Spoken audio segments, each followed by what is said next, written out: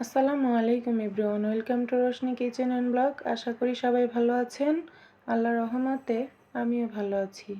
আজ নতুন আরেকটি রেসিপি নিয়ে চলে আসলাম।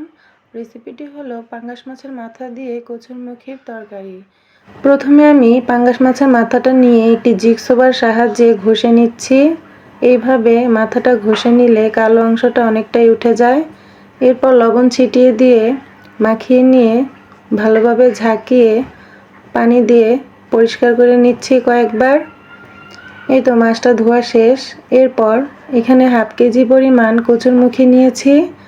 কচুরমুখির ভিতরে ধুলাবালি মাটি থাকে, এর জন্য হাত দিয়ে কচলে কচলে ভালোভাবে মাটিটা ছাড়িয়ে নিতে হবে। দেখতেই পাচ্ছেন আমি কিভাবে ধুয়ে নিলাম। এরপর একটি পাতিলে মুখিগুলো দিয়ে ভালোভাবে সেদ্ধ করে নিয়ে এইভাবে ছিলে নিয়ে হাত দিয়েই একটু ভেঙে নিব। সবগুলো মুখি আমি একইভাবে ছিলে এইভাবে ভেঙে নিয়েছি। এরপর একটি প্যানে দিয়ে দিচ্ছি সয়াবিন তেল। তেলটা দিয়ে দিচ্ছি কাঁচামরিচ, পেঁয়াজ কুচি, রসুন কুচি। এগুলোকে একটু ভেজে নিয়ে দিয়ে দিচ্ছি একটি তেজপাতা, 2টি দারচিনি, 2টি এলাচ, 2টি লং। এরপর দিয়ে দিচ্ছি 2 চামচ আদা রসুন জিরা বাটা। মশলাটা দিয়ে আমি একটু ভেজে নিচ্ছি। ভাজা হয়ে গেলে দিয়ে দিচ্ছি পানি। পানিটা দিয়ে এখানে স্বাদ মতো লবণ দিয়ে দিচ্ছি।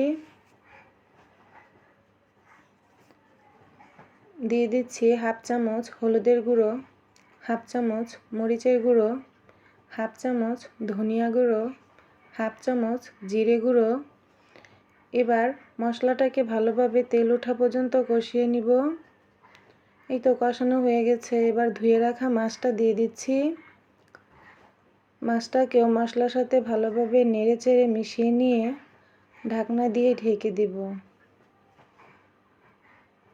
এরপর ঢাকনা উঠিয়ে ভালোভাবে মাছটাকে কষিয়ে নিয়ে নেড়েচেড়ে একটু ভেঙে নিচ্ছি। আমার মাছটা কষানো হয়ে গেছে। এখন ঝোলের জন্য পানি দিয়ে দিচ্ছি। এখানে 1 কাপ পরিমাণ পানি দিয়েছি, আপনারা কমিয়ে বাড়িয়ে দিতে পারেন।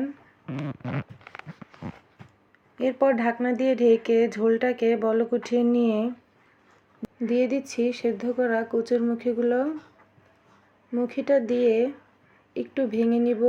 মাছটার সাথে ভালোভাবে মিশিয়ে নিয়ে ঢাকনা দিয়ে ঢেকে বলক উঠিয়ে ঝোলটাকে ভালোভাবে টানিয়ে নিয়ে একটু নেড়ে দিয়ে দিচ্ছি টালা জিরে গুঁড়ো আর দিয়ে দিচ্ছি ধনিয়া পাতা কুচি।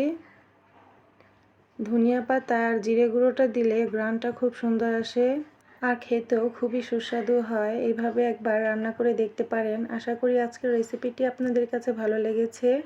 আমার নিত্য নতুন রান্নার রেসিপি পেতে চ্যানেলটিকে যারা এখনও সাবস্ক্রাইব করেননি অবশ্যই চ্যানেলটিকে সাবস্ক্রাইব করে লাইক কমেন্ট শেয়ার করে পাশেই থাকবেন।